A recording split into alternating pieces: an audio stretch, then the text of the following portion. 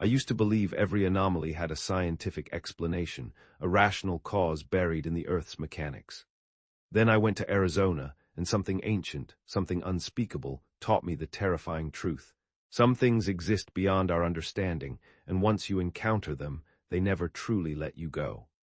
The call came in at 6 o'clock that morning, an urgent summons that shredded the last vestiges of sleep. Dr. Aris Thorne, the clipped voice on the other end had stated, emergency consultation, classified briefing, be at the Arlington facility by 10 o'clock. No details, just an address and a clearance code. I walked through the security checkpoint feeling a prickle of unease. My career as a deep earth geologist and subterranean structural analyst had taken me to some strange places, but never before had a summons been delivered with such terse authority, nor had it bypassed so many bureaucratic layers. The clearance code, a string of digits memorized in seconds, got me past 3 different checkpoints, each guarded by impassive men and women who seemed to scan my very thoughts. The elevator ride was silent, taking me to a floor unmarked on the button panel. A discreet blank space between the mundane and the unknown. A woman in a crisp charcoal suit met me as the doors slid open. Her posture was ramrod straight, her expression unreadable. "Dr. Thorne," she acknowledged, her voice low but firm. "I'm Director Vera Harmon." She didn't offer a hand, merely gestured down a hallway lined with identical windowless doors, each bearing nothing but a single, stark numeral. The air itself felt heavy, recycled, and cool, carrying the faint, metallic scent of ozone and stale coffee. She stopped at conference room 7 and ushered me inside. The room was exactly what I expected from a government facility tasked with classified operations. Beige walls, a long, polished obsidian table surrounded by black leather chairs that seemed to absorb all light, and that particular, sterile smell of industrial carpet and recycled air. 5 people were already seated. 4 of them were clones of Director Harmon's sharp suits, tight expressions, the aura of federal bureaucracy radiating from them like a force field. The 5th man, however, stuck out like a cracked thumb. He sat hunched over a steaming coffee cup, his calloused hands wrapped around it as if trying to absorb its warmth through sheer force of will. He had to be in his late 50s, maybe early 60s, with a mess of salt and pepper hair that hadn't seen a barber in months, and a face weathered by years of sun, wind, and probably too much time staring into the earth. This was Jebediah, Jeb Stone, I deduced, the contractor I'd been told about, the one whose project had been suddenly terminated. But it was his eyes that truly snagged my attention when he glanced up, briefly. They were hollow, haunted, like dark pits that had seen too much, and the sight of them sent a cold knot tightening in my stomach.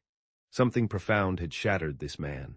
"Dr. Thorne, thank you for coming on such short notice," Director Harmon said, her voice cutting through the silence.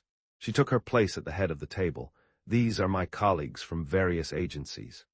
She didn't bother with individual introductions, which told me everything I needed to know about the meeting's need-to-know basis. I took the empty chair across from Jeb, setting my leather briefcase on the table with a soft thud. The black chairs felt cold against my skin. "This is Jebediah Stone," Harmon continued, her gaze briefly flickering to the contractor. "He's a deep-bore excavation specialist who recently completed a highly sensitive project for us." Jeb looked up again, and I caught the slight tremor in his hands as he raised his coffee cup to his lips. He was barely holding it together, that much is obvious. Whatever had transpired, it had shaken him to his very core, stripped him bare. "Mr. Stone's project was terminated 3 weeks ago due to circumstances we need your expertise to evaluate," Harmon explained, her voice devoid of emotion. "Your background in underground geological phenomena, particularly your previous work on anomalous seismic signatures and geomorphic distortions, makes you uniquely qualified for this consultation." I leaned back in my chair, trying to project an air of calm authority while my mind raced. I studied the faces around the table. Every official looked tense, like they were sitting on a ticking bomb. Jeb, meanwhile, just stared intently at the wood grain of the table, occasionally taking small sips from his cup, his shoulders hunched. "What kind of project are we talking about?" I asked, my voice calm and even. "A deep-bore tunneling operation in a remote section of the Arizona desert," Harmon replied, her eyes unwavering. "Vertical shafts." The work progressed normally for several weeks, well within parameters, until we encountered complications. The way she emphasized complications made it clear this wasn't about equipment failures or budget overruns. I'd consulted on dozens of underground projects over the years: cave-ins, gas leaks, structural problems, even unexplained seismic activity. But the atmosphere in this room felt different, charged with a profound dread I couldn't quite identify. It wasn't just a problem. It felt like a warning. Jeb shifted in his seat, and then, to my surprise, he spoke for the first time, his voice barely above a whisper, raspy from disuse. Some things shouldn't be disturbed. Deep underground. The words hung in the air like smoke, heavy and ominous. Harmon exchanged glances with her colleagues, and I noticed one of them, a thin man with wire-rimmed glasses who sat to Harmon's right, discreetly take notes on a legal pad. Dr. Thorne, Harmon continued, her gaze returning to me, we need a scientific assessment of what occurred at the Arizona site. Mr. Stone and his crew experienced several incidents that forced us to shut down the operation immediately. Unprecedented incidents. I looked across the table at Jeb, who had retreated back into staring at the wood grain. His hands were definitely shaking now, a visible tremor, and I could see a muscle twitching in his jaw. Whatever had happened in Arizona, it had broken something inside this man.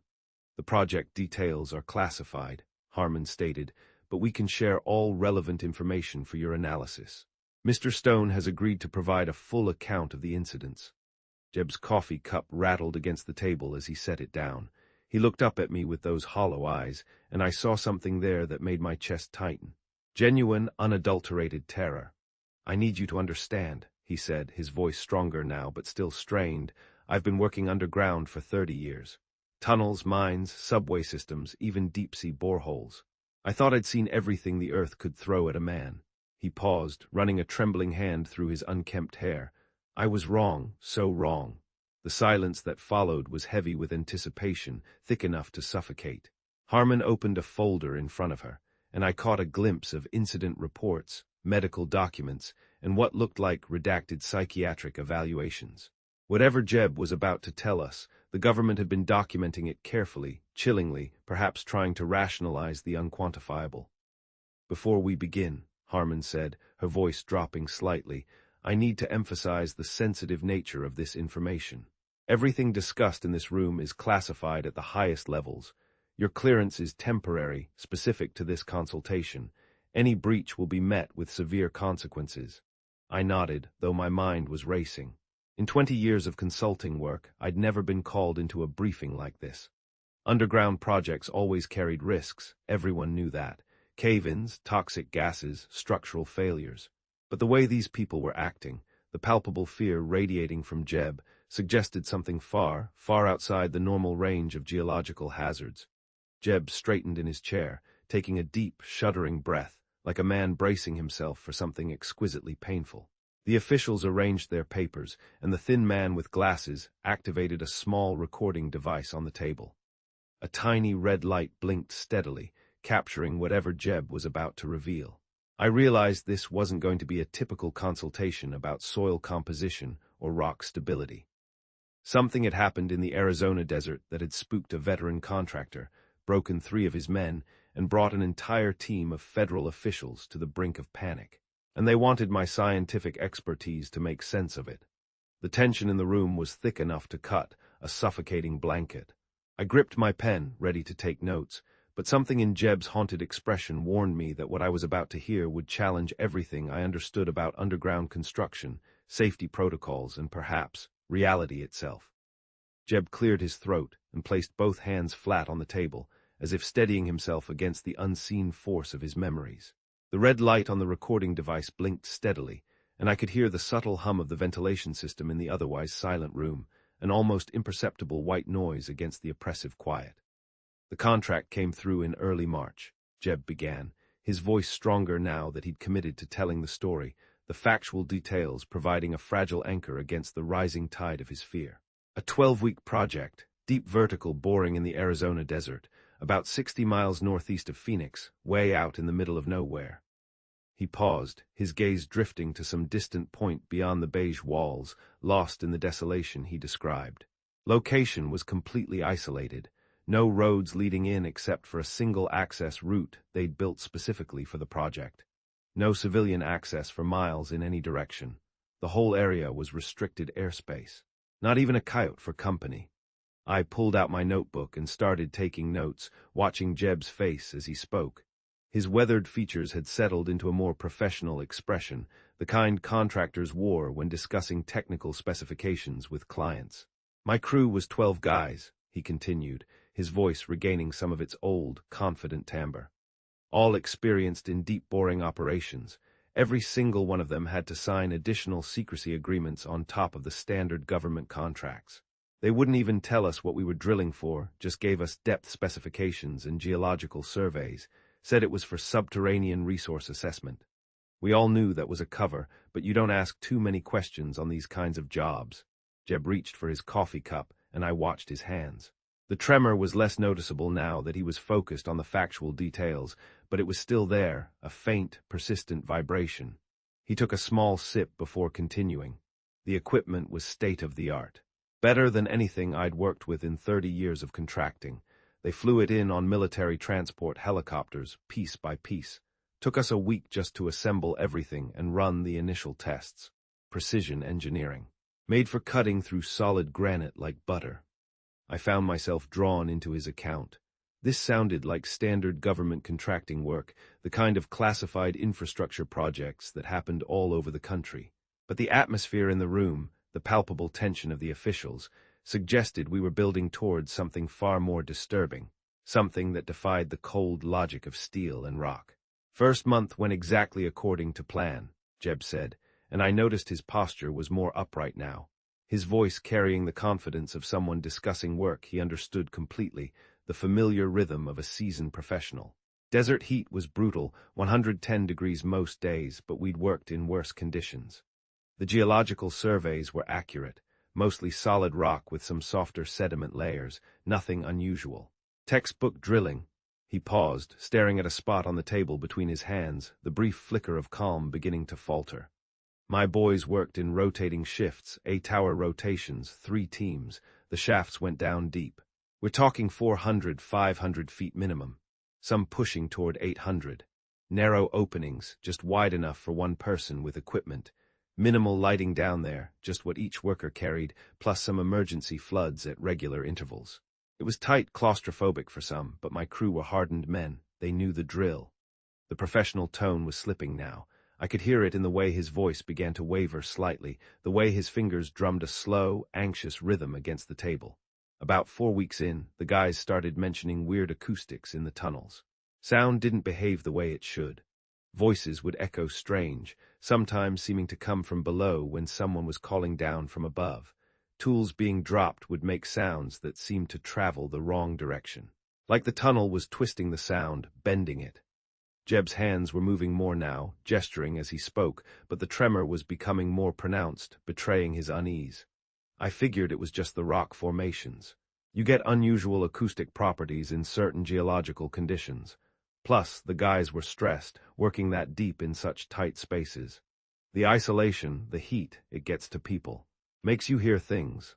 He tried to convince himself. Even as he spoke, Harmon shifted in her seat, and I caught her exchanging a quick glance with one of her colleagues. Whatever Jeb was building toward, they'd heard this part before, but the reports kept coming. Jeb continued, his professional demeanor starting to crack, fraying at the edges. Different guys on different shifts, all describing the same thing, sounds that didn't make sense. Echoes that seemed to come from sections of tunnel that hadn't been drilled yet.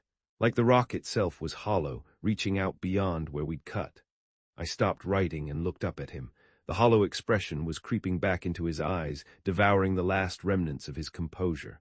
Then they started saying the sounds weren't just echoes. They were hearing things that sounded like voices.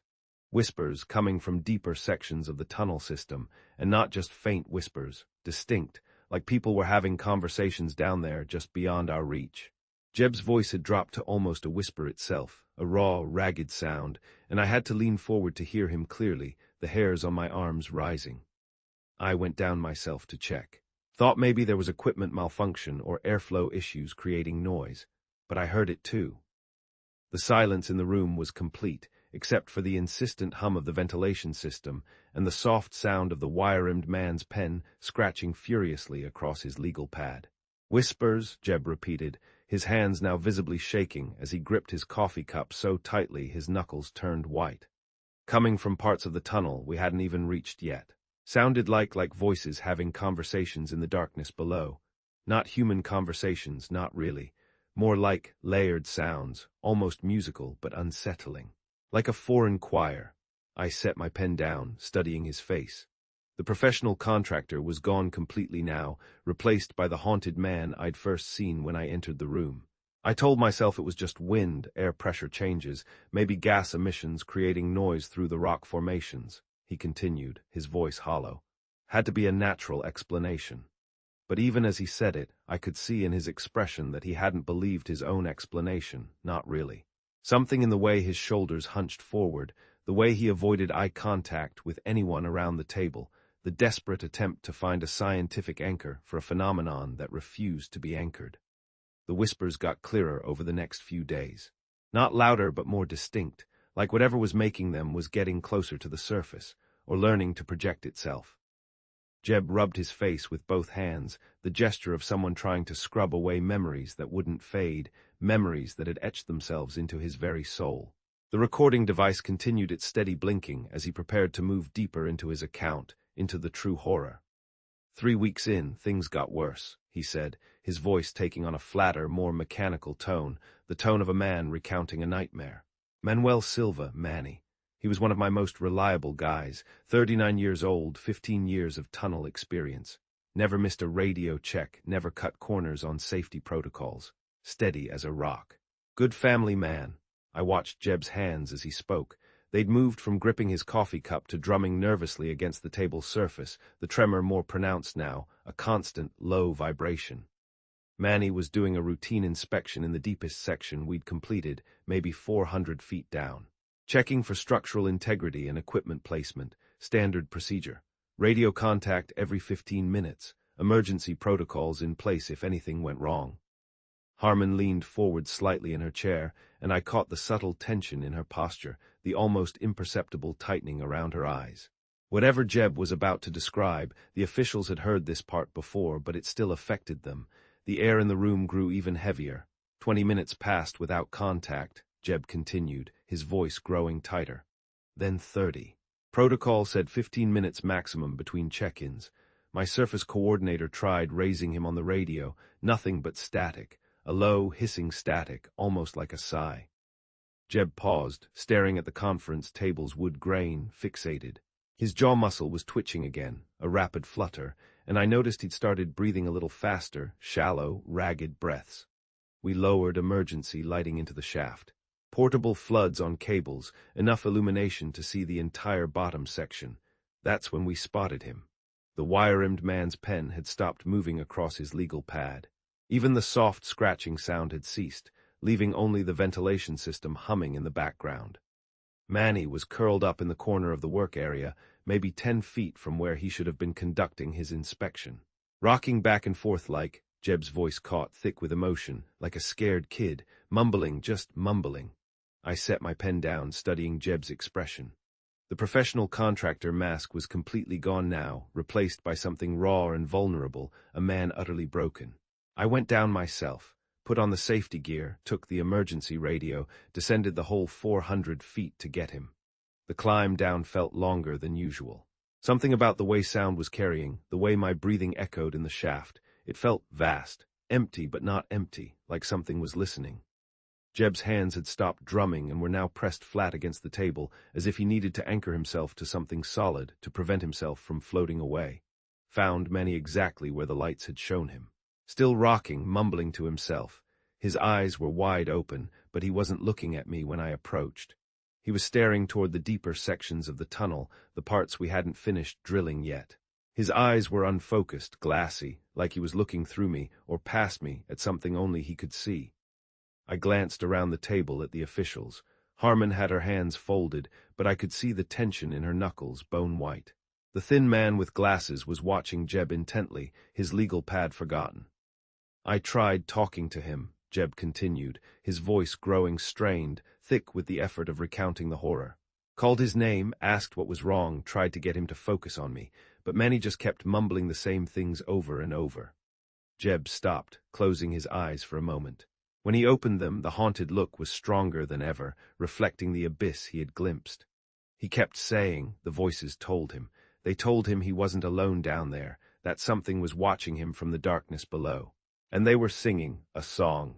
He wouldn't look at me directly, just kept his eyes fixed on those deeper tunnel sections, rocking back and forth, humming softly to himself, a low, guttural sound. I found myself leaning forward, despite my attempt to remain professionally detached. The clinical part of my mind was cataloging possible explanations. Extreme claustrophobia, oxygen deprivation, psychological breakdown from isolation and stress, even a pre-existing condition exacerbated by the environment. But something in Jeb's tone, the sheer raw terror in his voice, suggested those standard explanations wouldn't be sufficient. They felt utterly inadequate. Manny wouldn't respond to direct questions, Jeb said, his voice barely above a whisper now, as if afraid to give voice to the words that clawed at him. I'd ask him what happened, where he was hurt, if he could walk. Nothing, just that same mumbling about voices and being watched and the song. He kept repeating that something was down there with him, something that shouldn't exist, something old, that it wanted to be heard. Harmon shifted in her seat, and I caught her exchanging another glance with her colleagues, a silent, knowing acknowledgement of something terrible. Whatever they knew about Manny Silva's current condition, it wasn't good news. Getting him to the surface took over an hour, Jeb continued, the memory visibly straining him. Had to practically carry him up the ladder. Manny kept looking back down the shaft, like he expected something to follow us up. Even at the surface, in broad daylight, under the harsh sun, he wouldn't stop staring at the tunnel opening, his eyes wide and fixed. He was still humming that song, a quiet, unsettling drone.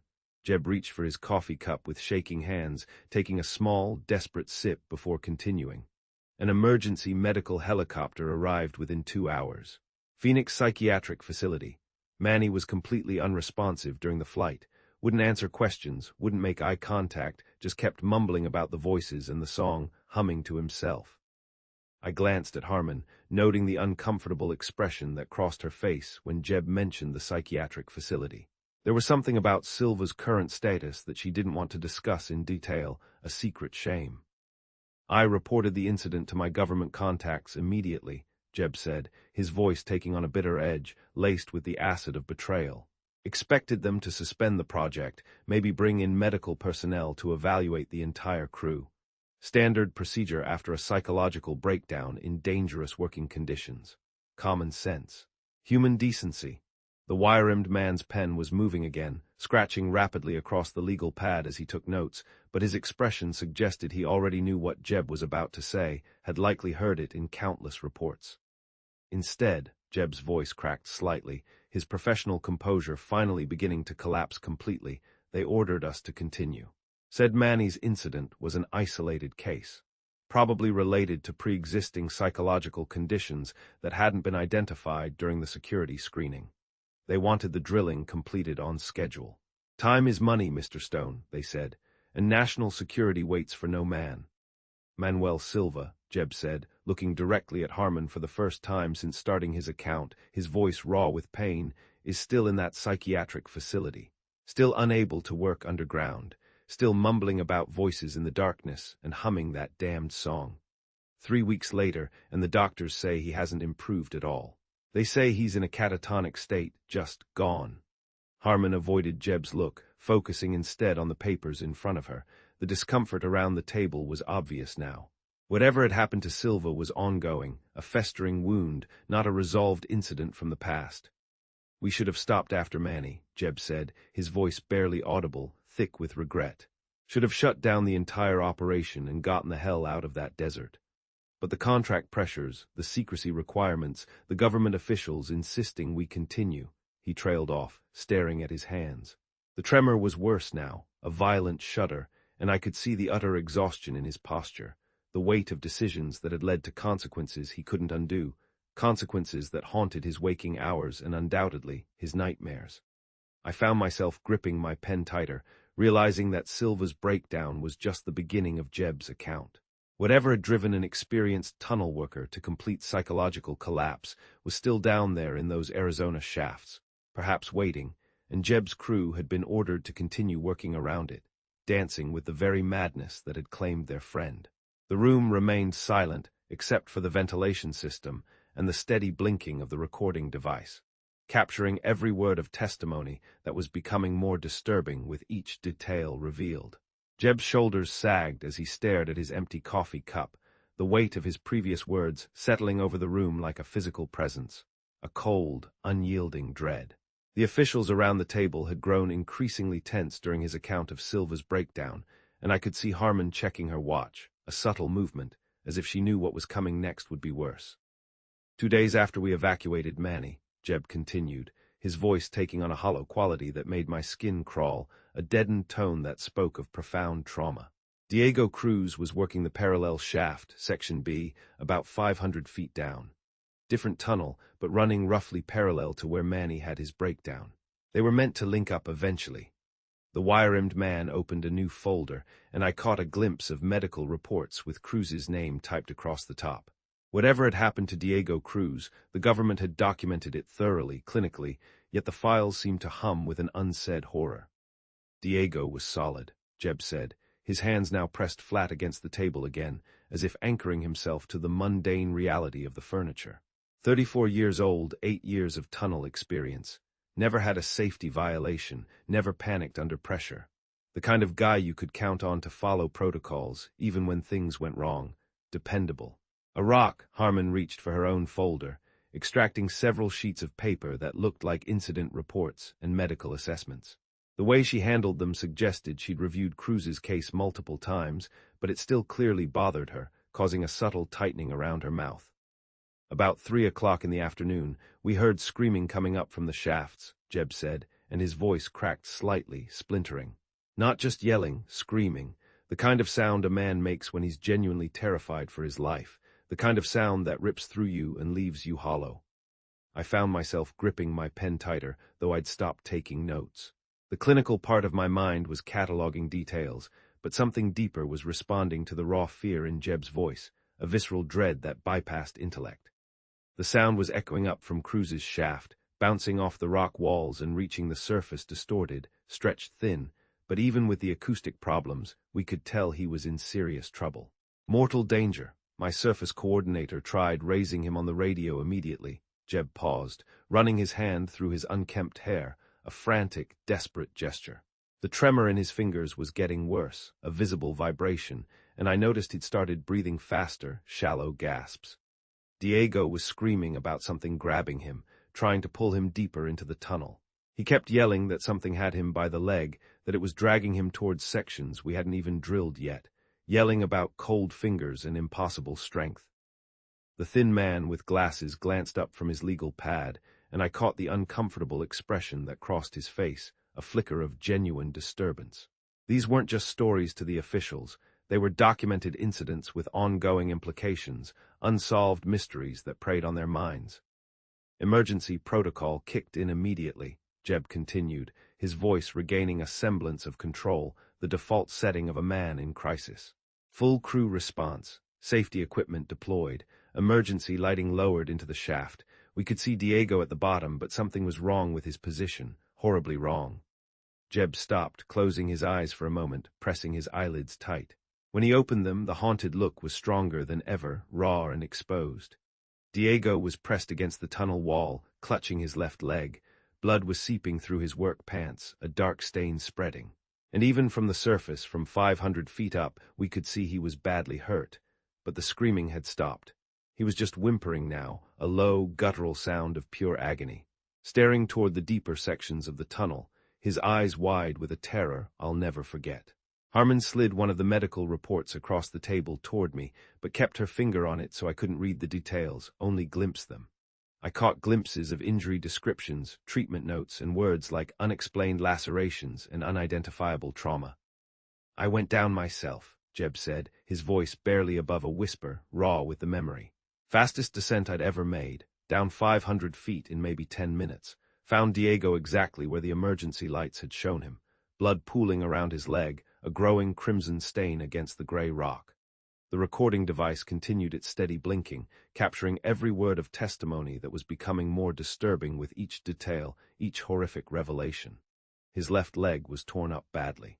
Deep gashes running from his calf to his ankle, like something with claws had grabbed him and tried to drag him across the rough rock, but the cuts were too precise, too deep and too evenly spaced for an accident, too deliberate. Like whatever did it had fingers, not claws, and it tried to pull him apart, slowly. I studied Jeb's face as he spoke. The professional contractor was completely gone now, replaced by someone who'd witnessed trauma that defied rational explanation, trauma that had warped his perception of reality. Diego kept insisting that hands had grabbed him. Jeb continued, his voice growing strained, a raw rasp. Not claws, not equipment malfunction. Hands. He said something down there had gripped his leg and tried to pull him toward the tunnel sections we hadn't finished drilling. He could feel fingers pressing into his flesh, long, cold fingers. And it was singing the same song Manny heard, but closer, louder. It wanted to pull him into the music. Harmon shifted uncomfortably in her seat, and I noticed she was avoiding eye contact with Jeb during this part of his account, her discomfort palpable. The security cameras showed nothing, Jeb said, and the bitterness in his voice was unmistakable, acrid. We had monitoring equipment throughout the tunnel system, full video coverage of every work area. The footage showed Diego working normally, then suddenly screaming and falling against the wall. No other personnel in his section. No equipment malfunction, nothing that would explain his injuries, nothing visible on camera, just Diego, alone, fighting something unseen. I found myself leaning forward despite my attempt to remain professionally detached. The disconnect between Cruz's horrific physical injuries and the complete lack of any visible cause was deeply unsettling, a violation of the laws of physics. Diego was conscious during the evacuation, but he wouldn't look toward the deeper sections of the tunnel, Jeb said, his voice flat with grim remembrance. Even while we were treating his wounds, even while he was in serious pain, he kept his eyes fixed on the surface, on the sliver of daylight, like he was afraid something would follow him up. He kept whispering, "The song, it's getting louder. It wants us to dance." The wire-rimmed man had stopped taking notes entirely, his pen resting motionless on the legal pad, abandoned. Even the soft scratching sound had ceased, leaving only the ventilation system humming in the background, a lonely, mechanical sigh. Emergency medical helicopter arrived within an hour, Jeb continued, his voice monotone now, devoid of inflection. Diego was airlifted to Phoenix General for surgery on his leg. The doctors said the gashes were consistent with some kind of animal attack, a large predator, but there were no indigenous species in that area capable of causing those injuries. Not like that, not the depth, the precision, the sheer power needed to rip a man's leg like that, and no animal leaves traces like cold, sticky residue on the skin, as Diego described. Harmon glanced at her colleagues, and I caught the subtle tension in their exchange, a silent, knowing look. Whatever Cruz's current status was, it remained a source of profound concern for the government officials.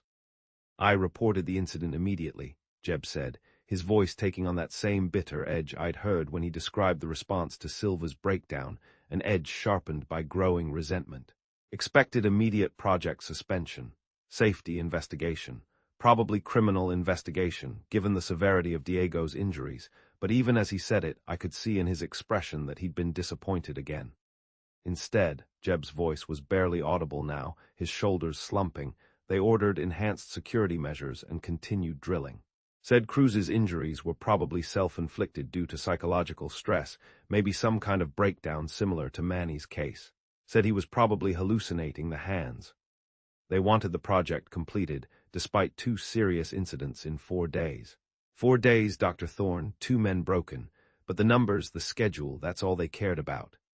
Diego Cruz still walks with a limp, Jeb said, looking directly at Harmon again, his eyes pleading for some acknowledgement, some shred of remorse. Still has nightmares about hands grabbing him in the darkness. 3 weeks later, and he refuses to work underground anymore. Says he can still feel fingers pressing into his leg. Says he can still hear the song, calling him to dance. The silence in the room was complete, except for the steady blinking of the recording device, a silent witness to the unraveling of a man.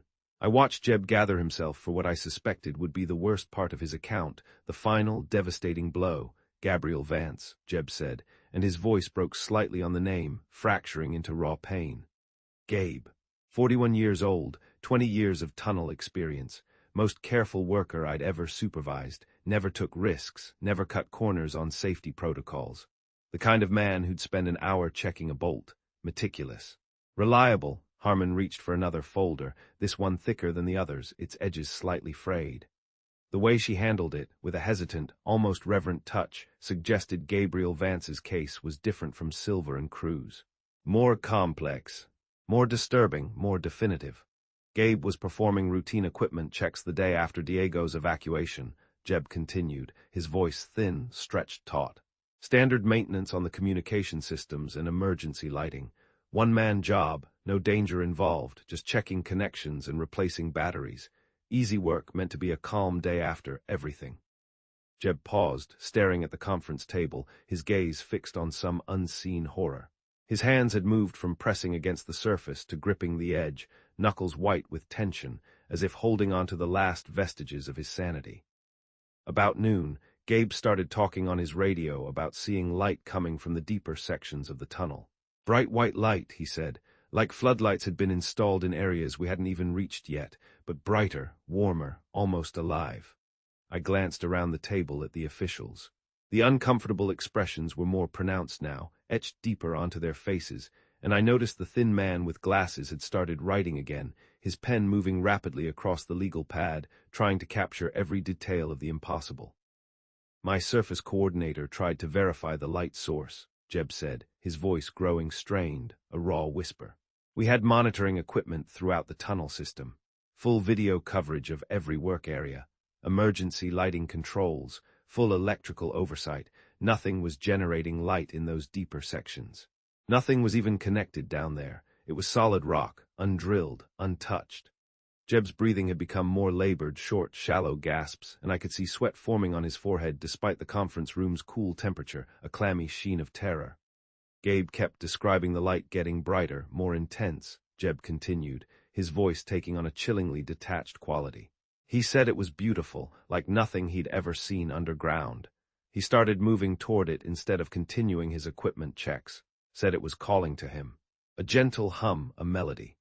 The wire-rimmed man's pen had stopped moving again, suspended in midair, and I caught him exchanging a worried glance with Harmon. Whatever Vance had experienced, it had affected him differently than Silver and Cruz. This wasn't just fear or pain, it was something else entirely. Seduction. That's when Gabe removed his safety helmet, Jeb said, and his voice cracked completely, a raw, ragged sound, filled with disbelief and horror. 20 years of tunnel experience, drilled more holes than most men have walked on, and he took off his hard hat while working 500 feet underground.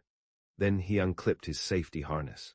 The coordinator was yelling into the radio, ordering Gabe to stop, to put his safety equipment back on, to return to the designated work area, but Gabe wasn't responding to commands anymore. He was just talking to the light.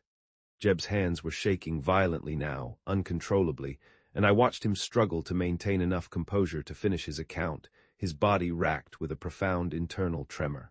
Gabe started walking toward the deeper sections of the tunnel, following the light that nobody else could see.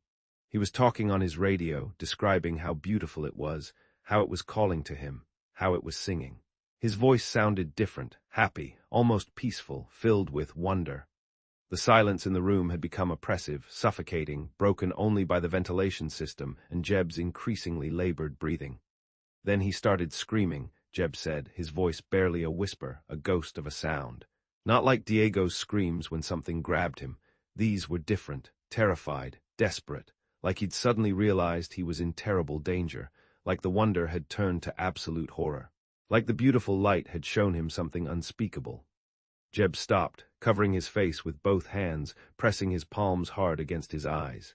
The professional contractor was completely gone now, replaced by someone broken by experiences that had shattered his understanding of reality, leaving him in a place of profound, unbearable knowledge.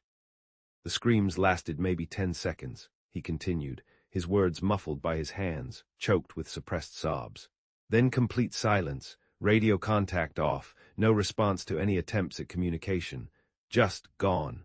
Harmon reached for her folder again, extracting what looked like search reports and equipment logs. The documentation was extensive, suggesting Vance's disappearance had triggered a major investigation, a frantic, desperate search.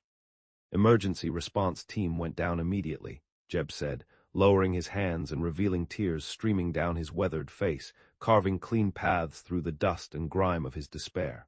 Full search of the tunnel system, Emergency lighting deployed throughout every section we completed. We looked for hours, for days. I found myself holding my breath, waiting for what I suspected would be the most disturbing part of Jeb's entire account, the final, crushing blow. They found Gabe's helmet about 50 feet from where he'd been working, Jeb said, his voice breaking completely, splintering into anguish. His safety harness was clipped to a support beam, another 20 feet deeper, but no body, no trace of Gabriel Vance himself, just gone.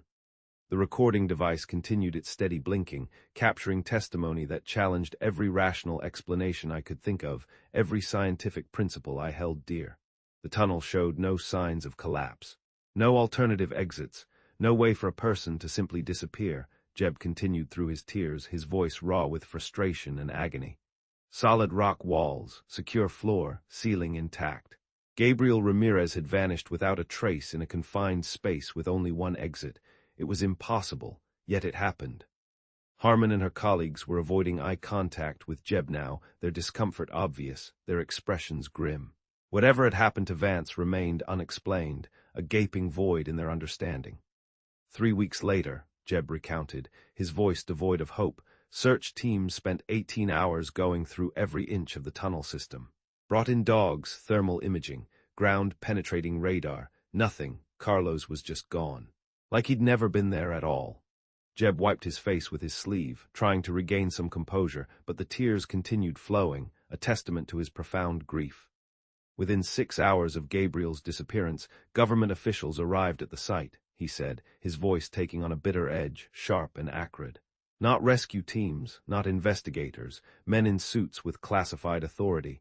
They shut down the entire operation immediately, no questions asked, no explanations given. Just a cold, hard order. The wire-rimmed man was writing rapidly again, documenting details that I suspected were already well known to everyone except me. All equipment was confiscated, Jeb continued, his voice flat. Every piece of machinery, every tool, every scrap of documentation. My crew was debriefed individually and required to sign additional secrecy agreements. Nobody was allowed to return to the site. No one was allowed to speak about what they'd seen, about what they'd heard, about what they'd felt. Jeb looked around the table at each of the officials, his expression a mixture of profound grief and simmering anger, barely contained. 3 good men, he said, his voice barely audible, choked with emotion. Manuel Silva in a psychiatric facility, lost to the world. Diego Cruz permanently injured, haunted by what he saw. Gabriel Vance, missing and presumed dead. All because we kept drilling when we should have stopped after the first incident. All because they wouldn't listen, all because of a damned contract. Harmon finally met Jeb's eyes, and I could see genuine remorse in her expression, a flicker of humanity beneath the bureaucratic facade. Whatever pressures had driven the decision to continue the project, she clearly regretted the devastating consequences. I left the contracting business the day after the shutdown, Jeb said, his professional composure completely shattered, his voice ragged with despair.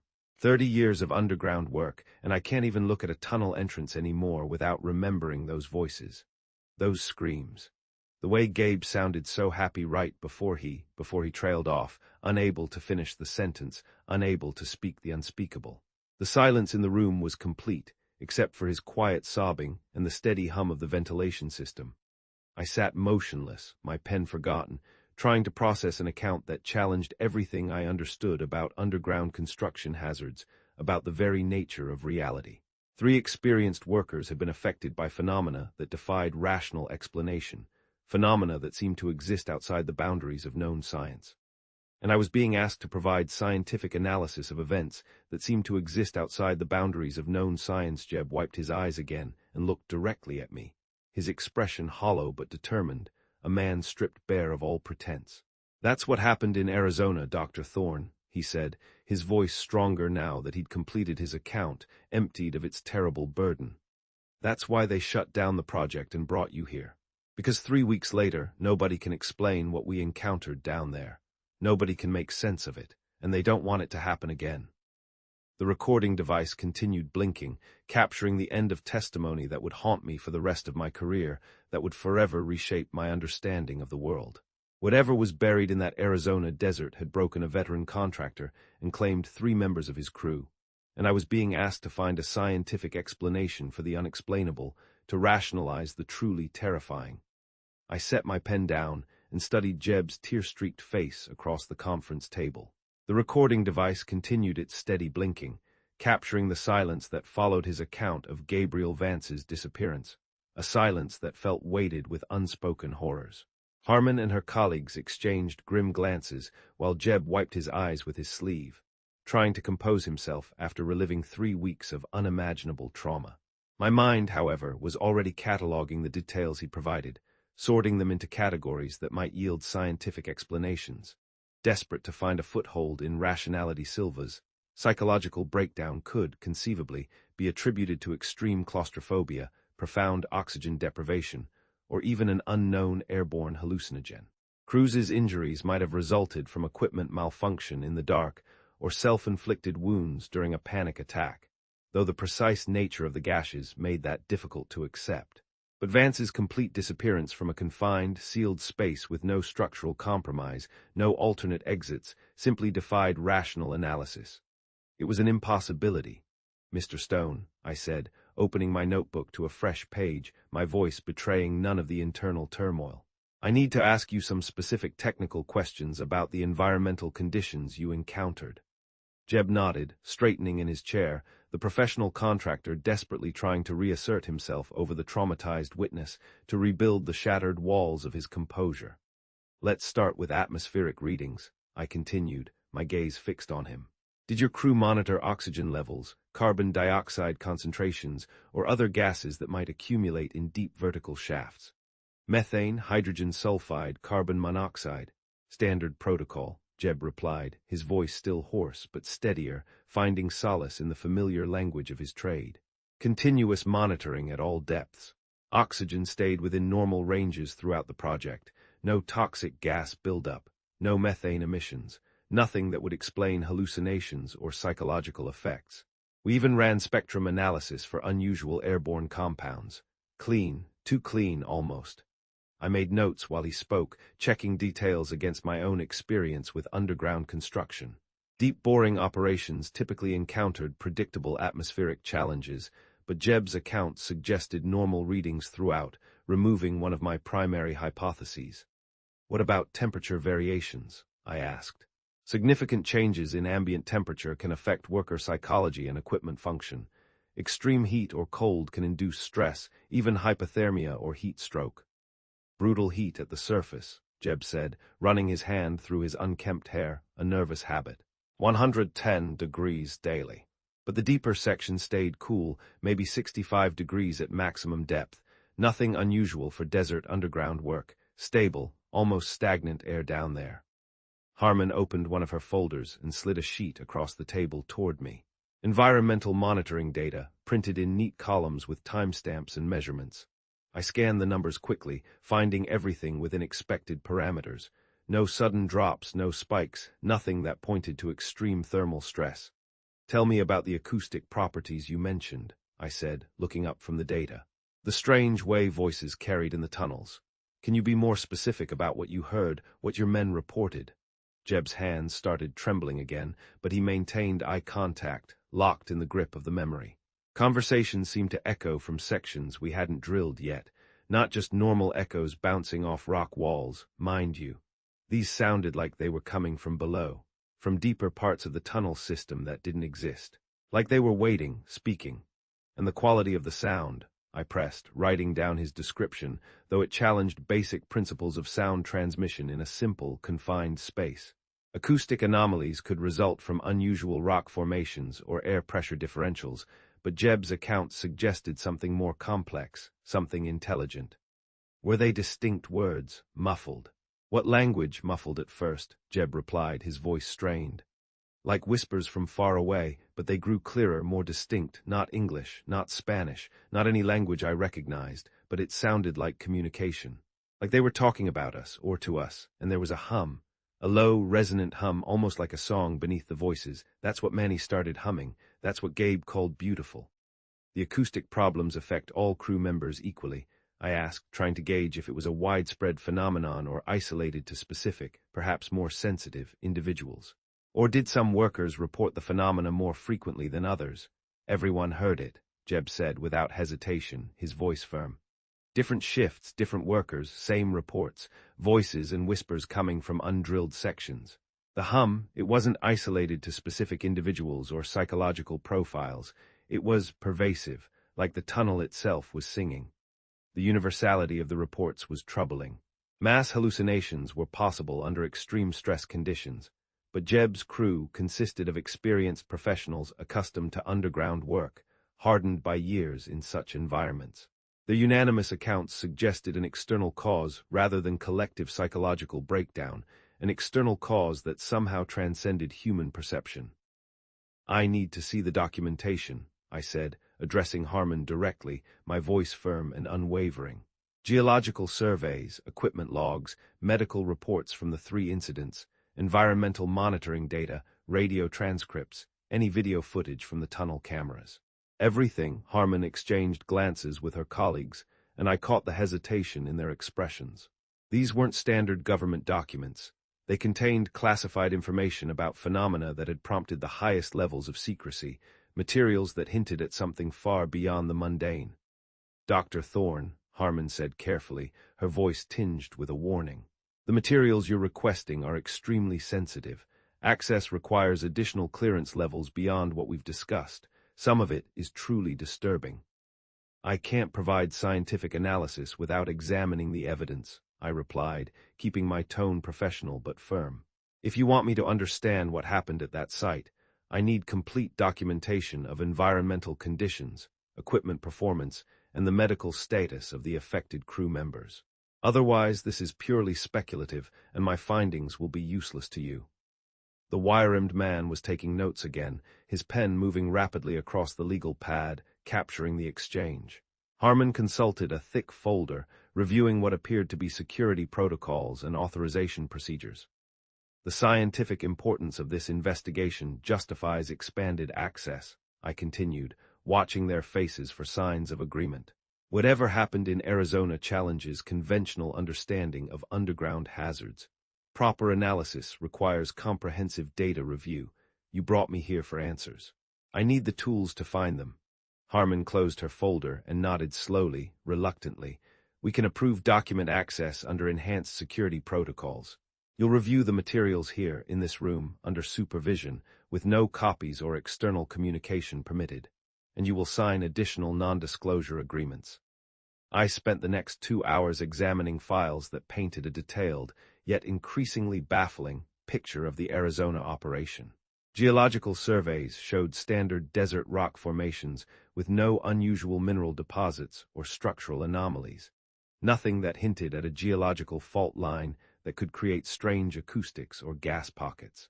Equipment logs documented perfect mechanical function throughout the project. No equipment failures, no maintenance issues, no technical problems that might explain the incidents. The machinery was top of the line and performed flawlessly. The medical reports were more disturbing. Silva's psychiatric evaluation described complete withdrawal from reality, persistent auditory hallucinations, an inability to function in enclosed spaces, and a constant, low humming that mimicked the frequencies of the whispers. Cruz's injury documentation included photographs of his torn leg, deep, precise gashes that looked exactly like claw marks from some large, powerful predator. Yet unlike anything known to science, and a faint, sticky residue on his skin that defied chemical analysis. Vance's missing person report contained extensive search records and forensic analysis of his abandoned safety equipment, his helmet, his harness, nothing else. No blood, no struggle, just absence video footage from the tunnel cameras showed normal work activities right up until each incident occurred. Silver appeared fine during routine inspection work, then suddenly curled up in the corner without any visible trigger, rocking and humming. Cruz was conducting standard equipment checks when he began screaming and clutching his leg, though the cameras showed no source for his injuries, only a ripple in the air, a fleeting distortion. Vance's footage was the most unsettling. He calmly removed his safety gear, set it aside, and walked, almost danced, toward deeper tunnel sections while describing beautiful light that wasn't visible on camera. His voice filled with an unearthly serenity, until the scream's radio transcripts captured the workers' voices during each incident. Silva's mumbling about voices from below and the song. Cruz's desperate screams about something grabbing his leg with cold fingers and pulling him into the music. Vance's peaceful description of approaching light and a chorus of angels, followed by terrified, guttural screams before communication cut off completely, abruptly, leaving only dead air. By late afternoon, I had documented every detail I could extract from the classified materials. The evidence painted a clear picture of 3 experienced workers affected by phenomena that defied conventional explanation. No equipment malfunctions, no environmental hazards, no pre-existing psychological conditions that might account for their experiences.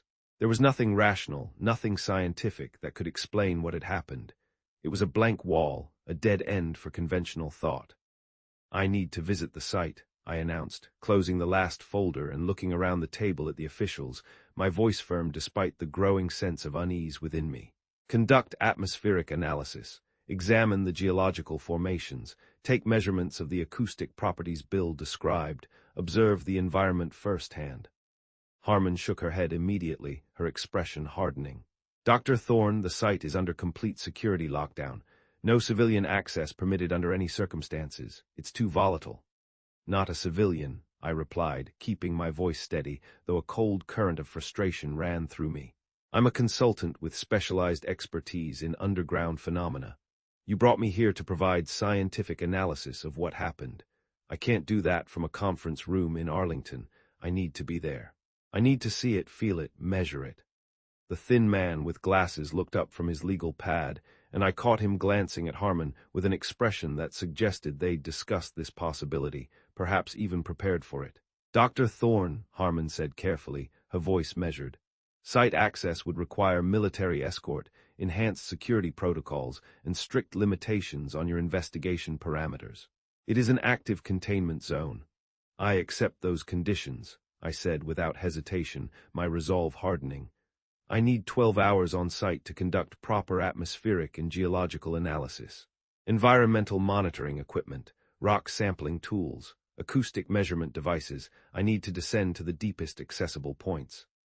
Jeb had been silent during my document review, but now he looked up with an expression of genuine concern, his hollow eyes meeting mine. "You don't understand what you're asking for," he said quietly, his voice a low, gravelly warning. "That place, there's something wrong with it, something that broke 3 good men, and it will break you too. You don't want to go down there, Aris." "Trust me." I met his eyes, seeing the fear and trauma that still haunted him 3 weeks later, a deep, pervasive dread. But my scientific training demanded direct observation and measurement of the phenomena he'd described. My curiosity, once a purely academic pursuit, had now become an all-consuming drive.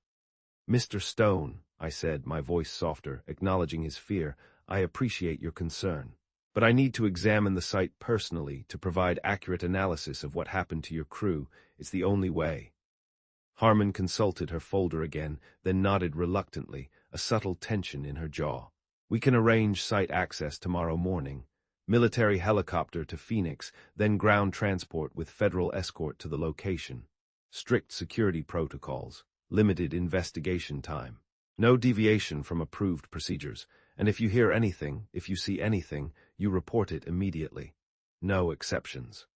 I boarded the flight to Phoenix the following morning with a carry-on bag containing specialized monitoring equipment and sampling tools. The 2 federal agents assigned as my escort sat across the aisle, reviewing security protocols and site access procedures during the 3-hour flight. Agent Martinez, a tall man with an unyielding military bearing and an impassive face, had introduced himself only as Martinez. His partner, Agent Rodriguez, was shorter, wirier, with eyes that constantly scanned their surroundings. They said little, their presence a silent, constant reminder of the gravity of the situation. The drive from Phoenix took nearly 2 hours through increasingly desolate desert terrain. We left the main highway after 40 minutes, following unmarked dirt roads that cut through scrub land and rocky hills. No other vehicles, no signs of human habitation, just endless expanses of sand and scattered vegetation under the brutal Arizona sun. The isolation was profound, unnerving. The facility appeared suddenly beyond a low ridge. Several temporary structures arranged around 3 circular openings in the desert floor, prefabricated buildings for equipment storage, crew quarters, and command operations. Everything looked abandoned but well-maintained, as if the workers had simply walked away in the middle of a shift and never returned. It felt like a ghost town, preserved in a moment of sudden exodus. I climbed out of the air-conditioned vehicle and immediately felt the desert heat hit me like a physical blow, a crushing blanket of dry warmth. It was 110 degrees, just as Jeb had described. The agents put on sunglasses and baseball caps, then led me toward the tunnel openings. Each vertical shaft was sealed with a heavy steel plate bolted directly into the surrounding rock. The metal was spotless, showing no signs of corrosion or weathering despite 3 weeks of desert exposure. Government efficiency at its finest, or perhaps a desperate attempt to contain whatever lay beneath. Whatever was down there had been locked away thoroughly, sealed shut. What struck me most was the complete silence. No insects buzzing, no birds calling, no small animals rustling through the sparse vegetation. I'd worked in remote desert locations before, and there was always some wildlife activity, some sign of life, however subtle. Here, nothing moved except the heat waves rising from the sun-baked ground, shimmering distortions that warped the distant horizon. It was a dead silence, an unnatural quiet that vibrated with a sense of profound absence. "Have you noticed the absence of animals?" I asked Agent Martinez, my voice feeling strangely loud in the stillness. "Local seismic monitoring hasn't detected any unusual underground activity since project termination, Dr. Thorne," he replied, his voice clipped and precise, avoiding my question about wildlife. "Ground sensors show normal stability, no structural movement or geological changes, all standard." He spoke as if reciting a report, his eyes scanning the desolate landscape. I walked around the sealed tunnel openings, examining the surface equipment that remained in place. Generators, ventilation systems, communication arrays, everything appeared to be in perfect working condition. No rust, no mechanical wear, no signs of the harsh desert environment taking its toll.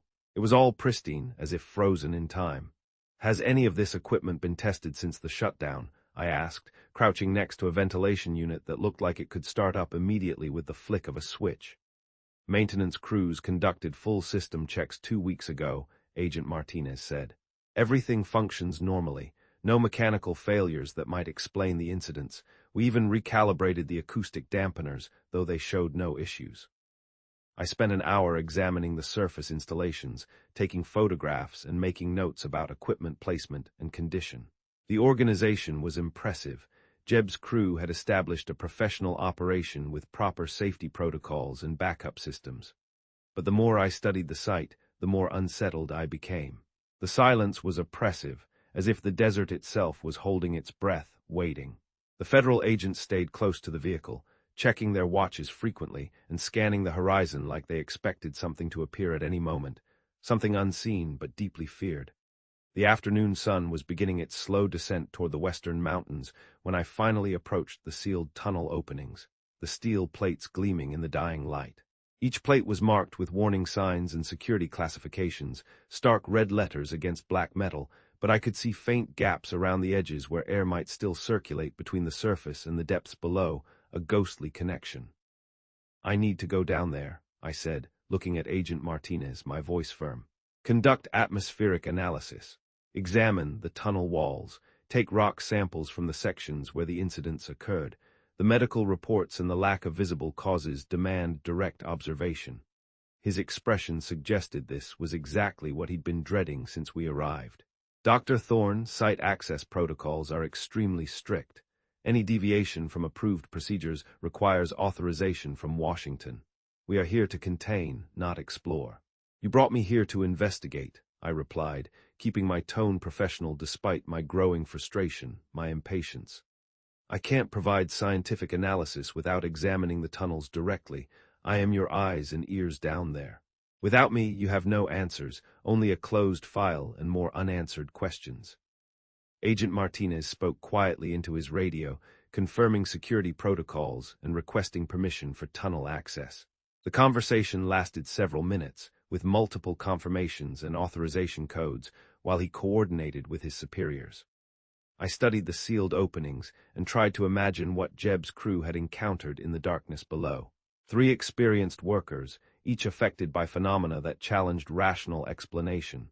Silva's breakdown, Cruz's mysterious injuries, Vance's disappearance from a confined space. The federal agents were obviously reluctant to allow my investigation to continue, their faces etched with deep concern, but they'd brought me across the country specifically to examine this site. Whatever was down there in those Arizona tunnels, the government needed scientific analysis to understand it, to categorize it, to contain it. As the afternoon progressed and the desert heat began its slow retreat toward evening, I prepared my equipment for descent into the depths where 3 men had faced something that defied human comprehension. I checked the seal on my breathing apparatus one final time, the mask feeling cool and solid against my face, while Agent Martinez unbolted the heavy steel plate covering the first tunnel opening. The one Manuel Silva had last entered. The metal groaned as he pulled it aside, revealing a circular shaft that dropped straight down into absolute darkness, an inky void that seemed to swallow the light. The contrast between the blazing desert heat and the cool air drifting up from below was immediate and welcome, a breath of coldness in the oppressive warmth. "Radio check every 15 minutes, Dr. Thorne," Agent Martinez said, handing me a standard 2-way radio, his voice grave. "Any problems, you stop what you're doing and head back up immediately. Do not hesitate. Do not proceed if anything feels off." I clipped the radio to my belt and adjusted the straps on my equipment pack. The atmospheric monitoring device felt reassuringly heavy against my back, along with rock sampling tools, a digital camera, and backup lighting systems. Everything I needed to conduct a proper scientific investigation of the tunnel where Manuel Silva had experienced his psychological breakdown. The metal ladder rungs were exactly as Jeb had described, installed every few feet down the shaft, solid and secure despite 3 weeks of abandonment. I tested the first few rungs with my full weight, checking for any structural issues that might explain the incidents, any hidden weaknesses. The steel held perfectly, showing no signs of corrosion or weakness. My descent began slowly and methodically, a cautious, deliberate progress into the unknown. Every 50 feet, I stopped to record atmospheric readings and examine the tunnel walls with my powerful flashlight. The rock showed precise drilling work, clean cuts that spoke to the quality equipment Jeb's crew had used. No structural damage, no unusual mineral deposits, nothing that would indicate geological instability or unusual mineral deposits. At 100 feet, I noticed the temperature beginning to drop. My digital thermometer showed a steady decrease from the surface heat, which made sense given the thermal properties of solid rock. Desert environments typically maintained cooler temperatures at depth, and this tunnel was following predictable patterns, perfectly normal. The shaft continued straight down, a perfect cylinder, with no deviation or branching passages. I could see the bottom now, a faint, dim circle of illumination perhaps 400 feet below, where portable work lights had been left, a ghostly glow in the oppressive darkness. Jeb's crew had left their temporary installation intact when the project was shut down. Metal brackets for equipment, communication cables, and basic lighting systems. At 200 feet, I conducted another comprehensive atmospheric check. Oxygen levels remained normal, perfectly breathable. Carbon dioxide well within acceptable ranges. No detection of methane or other gases that might cause hallucinations or cognitive impairment. Whatever had affected Silva, it wasn't atmospheric in nature, ruling out a significant hypothesis. My radio crackled with Agent Martinez's voice, checking my status. "All normal," I replied, my words echoing strangely in the confined space. The sound seemed to bounce off the rock walls in ways I hadn't expected, creating almost a doubling effect, as if my voice was traveling both up and down the shaft simultaneously, a peculiar distortion. At 300 feet, the temperature drop became more pronounced. My equipment registered a decrease of nearly 40 degrees from the surface, bringing the tunnel temperature down to a comfortable 68 degrees Fahrenheit. The change was significant enough to affect worker comfort, but well within normal ranges for deep underground construction. I paused to examine the rock face more closely with my flashlight. The drilling pattern was uniform and professional, exactly what I'd expect from experienced operators using quality equipment. No stress fractures, no signs of water seepage, no geological anomalies that might create unusual acoustic properties. But the sound issue was becoming more noticeable.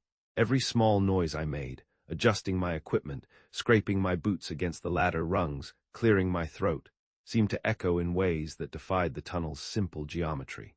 The acoustic behavior suggested a more complex space than the straightforward vertical shaft I was descending. A subtle yet persistent auditory trick. At 400 feet, I stopped for another radio check and atmospheric reading. Still normal across all parameters. The tunnel walls showed the same precise drilling work, the same solid rock composition. If I hadn't known about the incidents that occurred here, I would have classified this as a textbook example of safe underground construction, a perfect bore. The bottom of the shaft was only 200 feet below now, and I could make out more details of the work area Jeb's crew had established. They'd done professional work, proper equipment placement, organized tool storage, communication systems installed according to standard safety protocols. Nothing suggested the chaotic circumstances that had led to Silva's breakdown. I continued my descent, documenting every detail that might provide insight into what had happened here. The ladder rungs remained solid and secure. The rock walls showed no unusual features, and my environmental monitoring equipment recorded no hazardous conditions. At 500 feet, the acoustic properties became even more pronounced. My breathing seemed to echo from directions that didn't match the tunnel's layout. Sounds appeared to originate from below, even when logic suggested they should reflect off the walls around me. It was subtle but persistent, the kind of phenomenon that might unsettle workers who spent hours in this environment, slowly eroding their sense of place and reality. The bottom of the shaft opened into a cramped work area, roughly 12 feet in diameter. Portable floodlights mounted on metal stands provided adequate illumination, though they'd been switched off since the project's termination. Jeb's crew had organized the space efficiently. Tool storage along one wall, communication equipment mounted on brackets, emergency supplies secured in metal containers. I activated my camera and began documenting everything I could see. The space showed no signs of struggle or unusual disturbance. Silva's breakdown had apparently occurred during routine inspection work, with no physical evidence of what had triggered his psychological collapse, no signs of a struggle. My atmospheric monitoring equipment continued recording normal readings throughout the work area. Oxygen levels remained stable, temperature held steady at 66 degrees. No toxic gases or unusual chemical emissions that might explain hallucinations or mental confusion. I began collecting rock samples from different sections of the tunnel walls, using standard geological tools to extract small cores for later analysis. The rock composition appeared consistent with the desert formations documented in the pre-construction surveys, primarily sedimentary layers with some igneous intrusions. Nothing unusual or unexpected based on the regional geology. But the acoustic anomaly persisted throughout my investigation. Every sound I made seemed to carry in strange ways, as if the tunnel possessed acoustic properties that shouldn't exist in such a simple vertical shaft. My voice echoed with an unusual doubling effect, and small noises appeared to originate from directions that didn't match their actual source.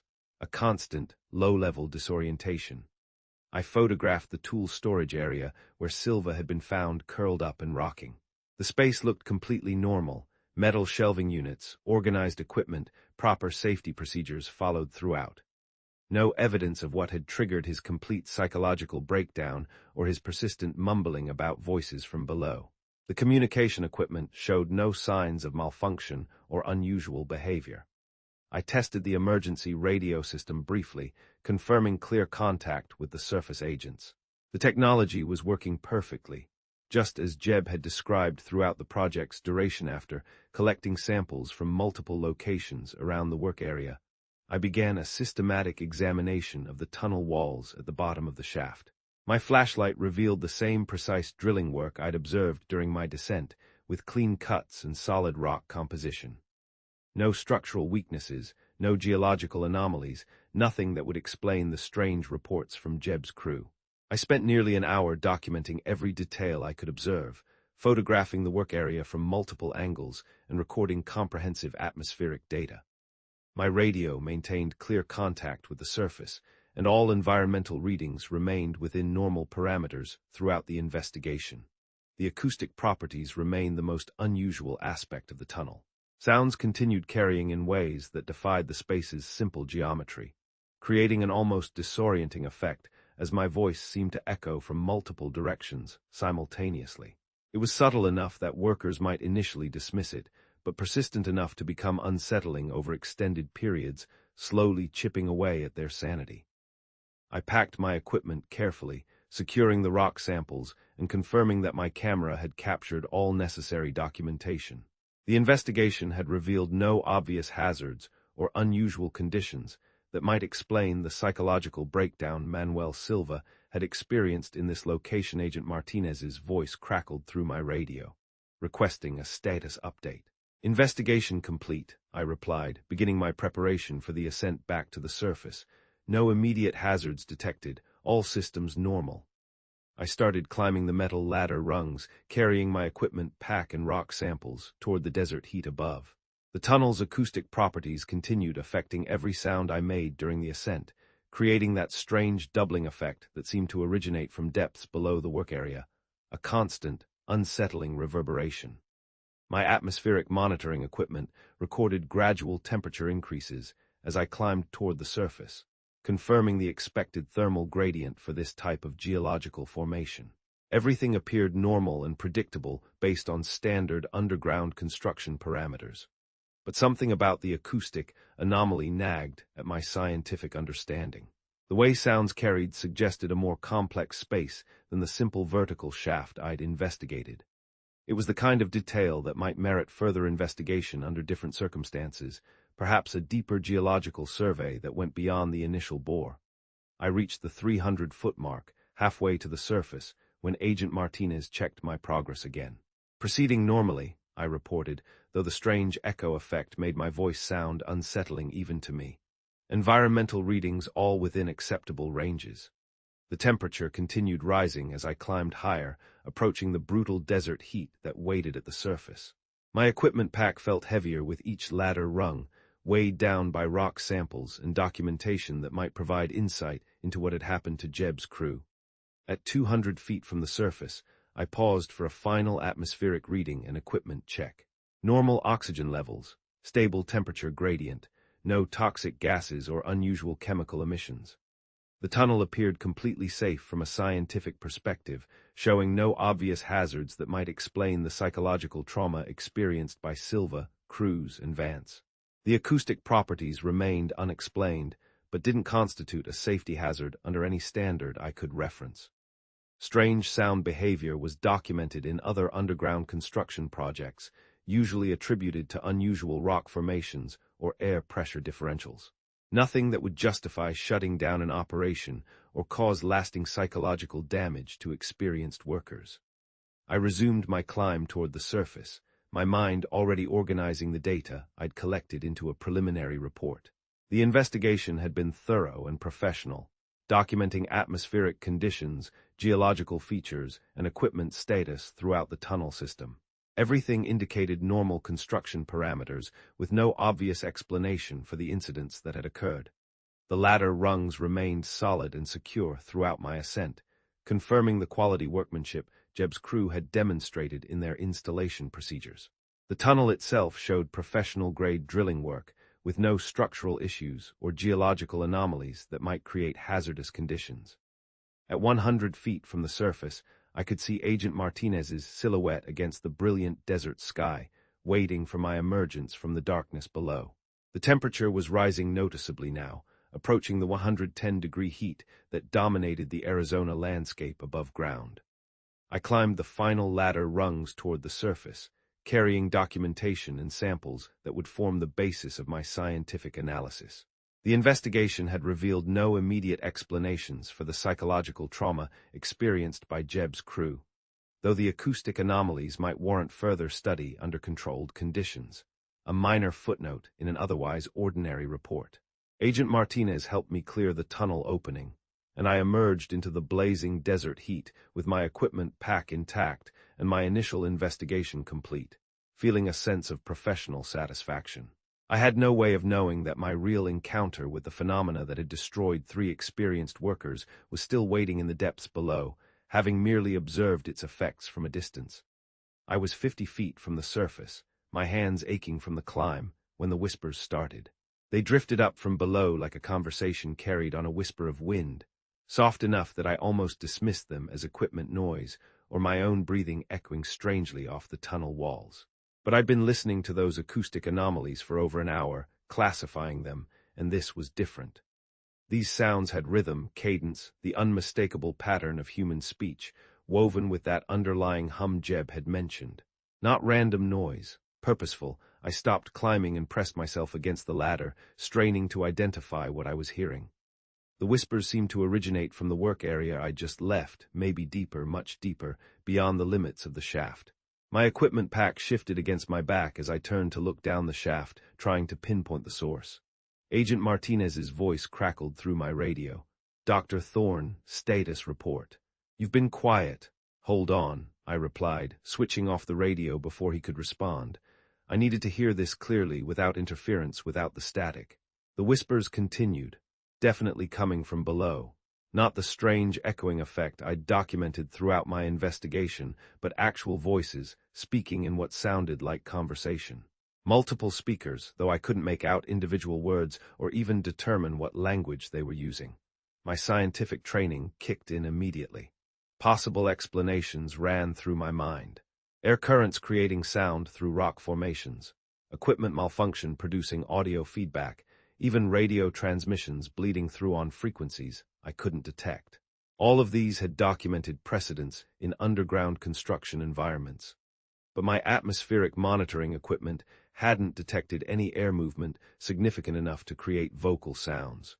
The communication systems had tested perfectly during my investigation.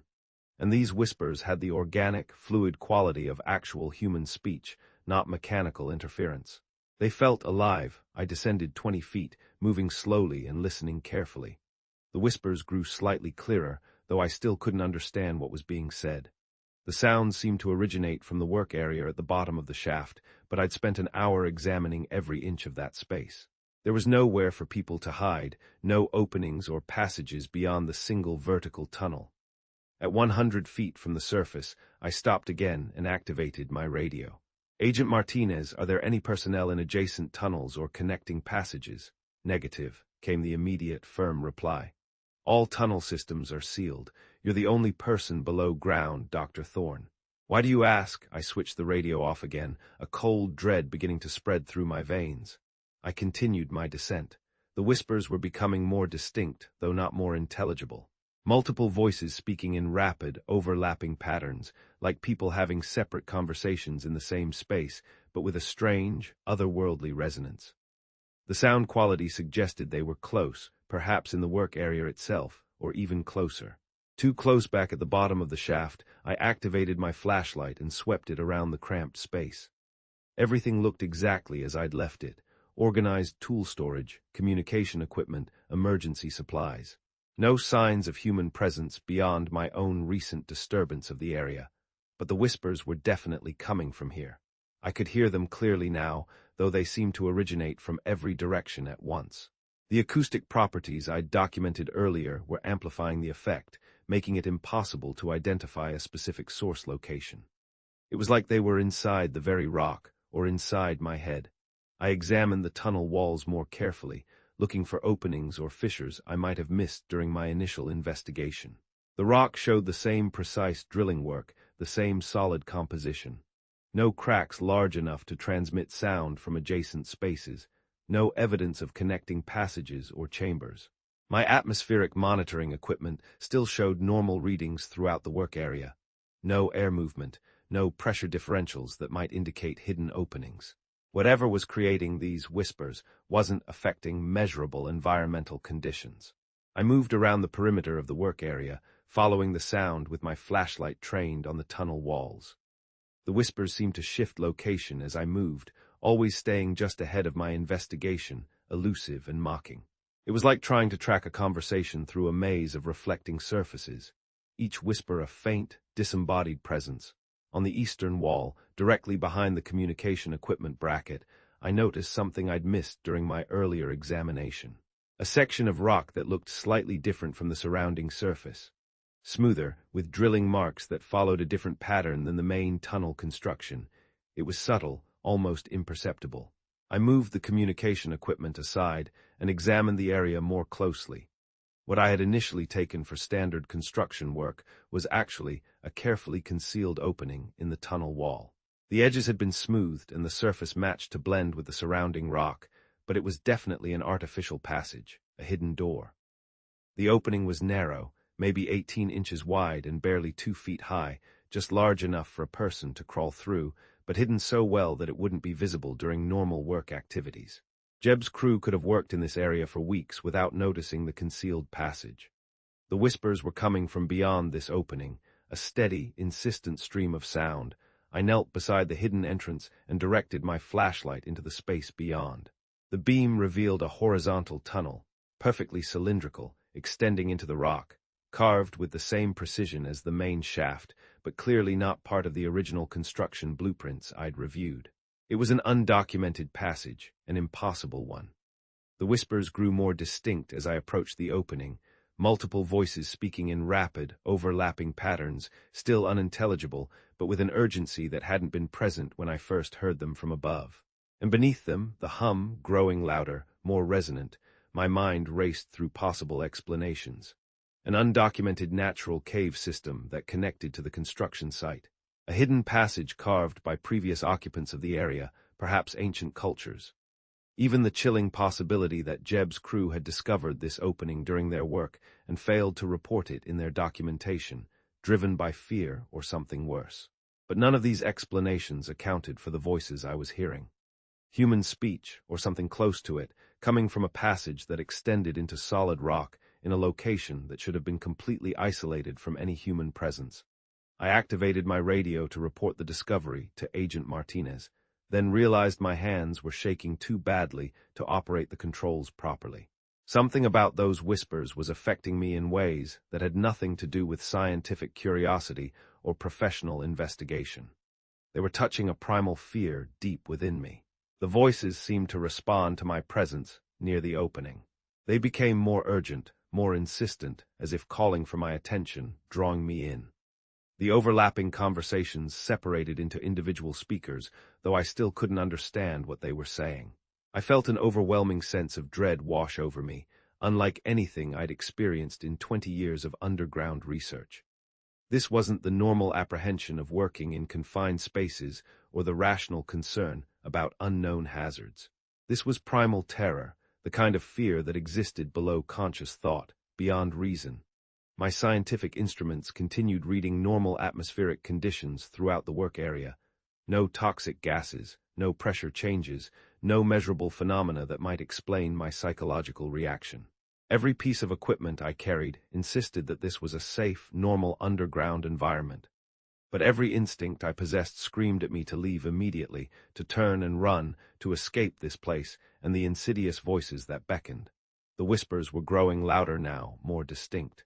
I could hear individual words occasionally, though they were in a language I didn't recognize, yet somehow I felt their meaning. The rhythm and intonation suggested human speech, but with qualities that didn't match any linguistic patterns I'd encountered. And there was a profound sense of sadness, of ancient longing, mingled with a predatory hunger. I found myself leaning toward the opening, drawn by a compulsion I couldn't explain or resist, a powerful, magnetic pull. Part of my mind wanted to crawl into that passage and follow the voices to their source, the scientific part that demanded investigation and evidence, that needed to understand what I was experiencing, what was calling me. But a deeper part, something more fundamental than curiosity, was pulling me back from the concealed entrance. The same survival instinct that had kept humans alive for thousands of years, warning them away from things that meant death, and worse than death. I understood now why Manuel Silva had curled up in the corner of this work area, rocking and mumbling about voices from below.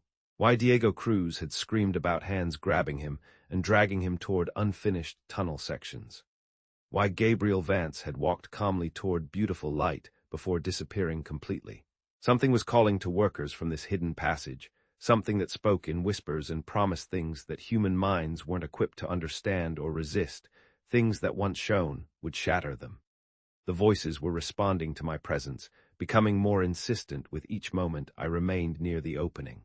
They weren't random sounds or atmospheric phenomena. They were directed at me specifically, trying to draw me into that concealed tunnel to join the chorus to see the light. My equipment pack suddenly felt impossibly heavy, as if the rock samples and monitoring devices were anchoring me to this spot, holding me captive.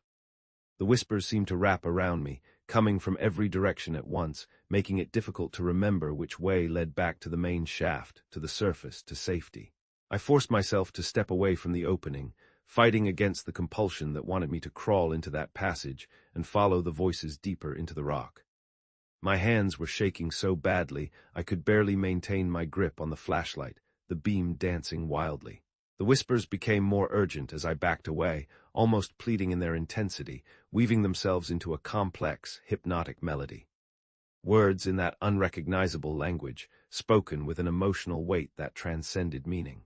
They wanted me to come closer, to enter that hidden tunnel and join whatever waited in the darkness beyond. I grabbed the ladder rungs and started climbing as fast as my trembling hands would allow, hauling myself up the cold metal, my breath ragged in the mask. The whispers followed me up the shaft, echoing off the tunnel walls in ways that defied every acoustic principle I understood. They seemed to be right behind me, just below the reach of my flashlight beam, a palpable presence. At 200 feet, the voices were still audible, distinct and clear. At 300 feet, they hadn't diminished at all.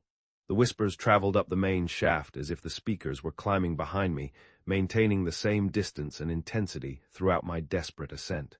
My radio crackled with Agent Martinez's voice, demanding status updates, but I couldn't spare the concentration to respond.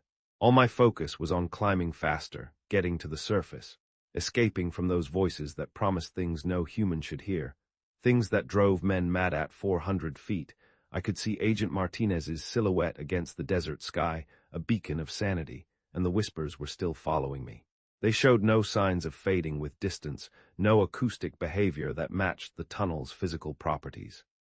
The voices maintained their urgency and proximity, as if they were climbing beside me, reaching for me. I reached the surface, gasping and covered in sweat that had nothing to do with the desert heat, my body trembling uncontrollably. Agent Martinez grabbed my equipment pack as I hauled myself out of the tunnel opening, his expression shifting from professional concern to alarm as he saw my face. Pale and drawn, the whispers stopped the moment I emerged into daylight, as abruptly as they had begun, cut off by the harsh sun. Agent Martinez helped me steady myself against the metal frame covering the tunnel opening. My legs felt unreliable, like they might give out without warning. The equipment pack landed heavily beside my feet, rock samples and monitoring devices that suddenly seemed utterly pointless after what I'd just experienced. "Dr. Thorne, what happened down there?" Martinez asked, his voice carrying professional concern mixed with genuine worry. "You look like you've seen a ghost, or worse." I tried to find words that would explain the hidden passage, the impossible whispers, the overwhelming compulsion to crawl into that concealed tunnel and follow voices that shouldn't exist, that spoke in languages I didn't recognize, yet understood on a visceral level. My mouth opened and closed without producing any sound that made sense. The other agent, Rodriguez, was already securing the steel plate back over the tunnel opening. The heavy metal slammed into place with a finality that should have been reassuring. Instead, I found myself listening for any sound that might carry through the barrier, any faint echo of the whispers that had followed me 400 feet up a vertical shaft, as if distance meant nothing. "Equipment malfunction," I finally managed the words, feeling like lies even as I spoke them, the taste of ash in my mouth. "Acoustic anomalies in the tunnel system, nothing dangerous, just unexpected results during the investigation." Martinez nodded, but his expression suggested he wasn't buying the explanation, his gaze lingering on my shaking hands and the cold sweat still pouring down my face in the desert heat. Whatever he'd seen in my appearance when I emerged from that tunnel, it wasn't the look of someone who'd encountered routine technical difficulties. It was the look of a man who had faced the edge of the abyss and narrowly pulled back. The drive back to Phoenix took place in complete silence. I sat in the passenger seat of the government sedan, watching the empty desert landscape roll past while my mind tried to process what had happened underground. The whispers had stopped the moment I reached daylight, but I could still feel them echoing in my head, a phantom presence, like a song you can't shake, a melody of ancient dread. Every few minutes, I found myself checking the side mirror, scanning the empty road behind us for something that might be following our vehicle. The rational part of my mind knew we were alone on this isolated stretch of highway, but some deeper instinct kept insisting that whatever I'd encountered in that tunnel wasn't finished with me. It was only just beginning. Martinez tried conversation a few times during the first hour, asking about my preliminary findings, and whether I'd need additional site access for further investigation. I gave non-committal responses, claiming I needed time to analyze the data before drawing conclusions. The truth was that my scientific training had completely failed me in that underground space, leaving me with experiences that couldn't be measured or documented, experiences that had shattered my empirical worldview. The desert seemed endless, stretching in every direction without variation or landmarks. Heat waves created shimmering distortions on the asphalt ahead, making the road appear to dissolve and reform as we approached it. It felt like driving through a landscape that existed outside normal reality, where impossible things might happen without explanation or consequence, where the rules of science simply didn't apply. My equipment bag sat in the back seat, containing rock samples and atmospheric readings that, according to the cold hard data, proved the tunnel was completely safe according to every scientific parameter I could measure. Oxygen levels normal, temperature within expected ranges, no toxic gases or structural anomalies. Everything indicated a routine underground construction environment with minor acoustic irregularities. But I'd heard those whispers. I'd seen the hidden opening, carefully concealed behind communication equipment. I'd felt the overwhelming, seductive compulsion to crawl into that passage and follow voices that spoke in languages I didn't recognize, yet understood with a terrible certainty. None of that would appear in any scientific report, because there was no way to document or explain what I'd experienced. It existed beyond the realm of scientific inquiry. Rodriguez drove with the methodical precision of someone accustomed to transporting people who'd seen classified materials. He didn't ask questions or attempt conversation, just maintained a steady speed through the empty landscape, while Martinez occasionally consulted files in a briefcase beside him. At the Phoenix airport, they escorted me through security and waited until my boarding announcement before leaving.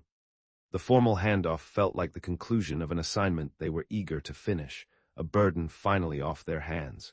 Martinez handed me a business card with contact information for follow-up questions, but his manner suggested he hoped there wouldn't be any. He merely wanted to be rid of the unsettling variables I represented. The flight to Washington gave me 3 uninterrupted hours to write a preliminary report that would satisfy the bureaucrats who'd hired me. I opened my laptop and began documenting geological findings, atmospheric conditions, and structural assessments that painted a picture of routine underground hazards. My fingers moved across the keyboard almost automatically, producing scientific language that described unstable rock formations and potential gas emissions. Standard terminology for conditions that might affect worker safety and justify permanent site closure. Nothing that would raise questions about supernatural phenomena or unexplainable acoustic anomalies. Nothing that would hint at the terror I had experienced. The passenger beside me glanced occasionally at my screen, probably wondering why someone would spend a cross-country flight writing technical reports about tunnel construction. I angled the laptop away from his view and continued typing, creating a document that bore no resemblance to what I'd actually experienced in that Arizona desert. Unstable sedimentary layers, potential methane emissions, structural concerns requiring extensive remediation.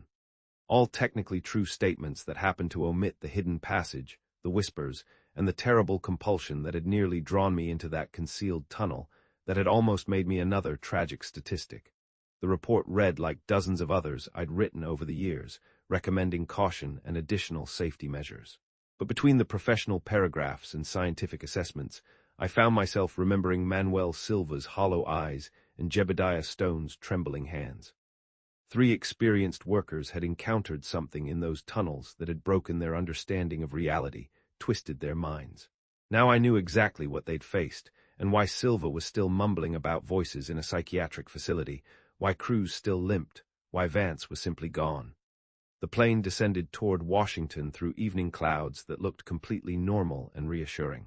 City lights spread out below like a map of ordinary human activity. People going about their lives, oblivious, without knowing what existed in hidden spaces beneath the earth, what ancient horrors slumbered just beyond human perception. I envied their ignorance more than I could express back at my office the following morning. I submitted the official report to Director Vera Harmon through encrypted channels. Permanent site closure recommended due to geological instability and atmospheric hazards.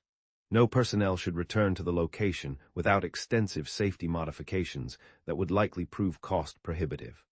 The bureaucratic language was precise and convincing, cold and detached.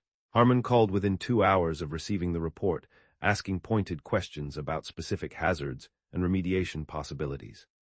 I gave technical responses that emphasized the complexity and expense of making the site safe for human occupation. She seemed satisfied with my assessment, particularly the recommendation that all tunnel openings remain sealed indefinitely. "What about the acoustic anomalies mentioned in your preliminary notes?" she asked near the end of our conversation, her voice betraying a hint of lingering curiosity. "Did you find a scientific explanation for those unusual reverberations?"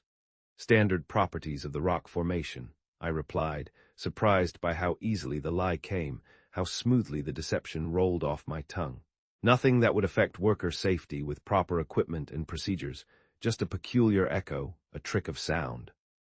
The conversation ended with her thanks for my professional assessment and a promise that my consultation fee would be processed immediately. No mention of follow-up visits or additional investigation. The entire project was being closed based on my technical recommendations, exactly as I'd intended. The secret remained buried, or so I hoped. 2 weeks later, I received a call from Jebediah Stone. He wanted to meet in person, claiming he had questions about my site visit that couldn't be discussed over the phone. We arranged to meet at a quiet coffee shop near his apartment in Virginia, neutral ground where we could talk without official oversight, away from prying eyes and listening devices. Jeb looked exactly as haunted as he had in that government conference room, maybe worse. The tremor in his hands hadn't improved, and his eyes still carried the hollow expression of someone who'd seen things that shouldn't exist, that had no place in the ordered universe. He ordered coffee but didn't drink it, just wrapped his fingers around the cup for warmth that had nothing to do with temperature, a desperate anchor. "You went down there," he said after we'd exchanged basic pleasantries, his voice low and knowing. "It wasn't a question." "I conducted a standard geological survey," I replied, maintaining the professional distance I'd established in my official report. "Atmospheric readings, structural assessment, nothing unusual for that type of investigation, as the report indicates." Jeb's laugh was bitter and completely without humor, a dry, rasping sound. "You're doing the same thing I did when they first asked me about it, trying to use normal words for something that isn't normal at all, something that can't be put into words." I studied his weathered face, seeing recognition in his expression that matched what I was feeling. He knew I had experienced something in that tunnel that couldn't be explained or documented. The careful language and technical assessments were just protective barriers we used to maintain sanity, a desperate attempt to impose order on chaos. "The whispers," Jeb said quietly, leaning forward across the small table, his voice barely audible above the murmur of the coffee shop. "You heard them too, didn't you? That hum, that song." The words hit me like a physical blow. For 3 weeks, I'd been telling myself that what happened in that tunnel could be rationalized, explained through acoustic properties and psychological stress. Hearing Jeb state it so directly stripped away all the scientific justification I had built around the experience, leaving me exposed, vulnerable. "I don't know what you're talking about," I said, but my voice lacked conviction, a hollow echo. "You do." Jeb's hands were shaking worse now, the tremor making his coffee cup rattle against the saucer, a frantic percussion. "You know exactly what I'm talking about because you went down there and heard them calling. Just like Manny did, just like Diego, just like Gabe. They call you, don't they? They get inside." We sat in silence for several minutes, surrounded by normal people having ordinary conversations about work and weather and weekend plans. The contrast between their mundane concerns and what Jeb and I had experienced felt surreal, like we were visitors from a different reality, trying desperately to blend in with regular human activity, but carrying a secret that set us apart. "I recommended permanent closure," I finally admitted, my voice low, a confession. "Official reasons are geological instability and atmospheric hazards, but the site won't be reopened for any reason. Not ever." Jeb nodded slowly, the first expression of relief I'd seen from him since our initial meeting, a profound weariness easing slightly from his face. "That's something at least. Maybe other people won't have to go through what we did. Maybe it'll be enough." "What happened to your crew?" I asked, my voice soft. "Manny, Diego."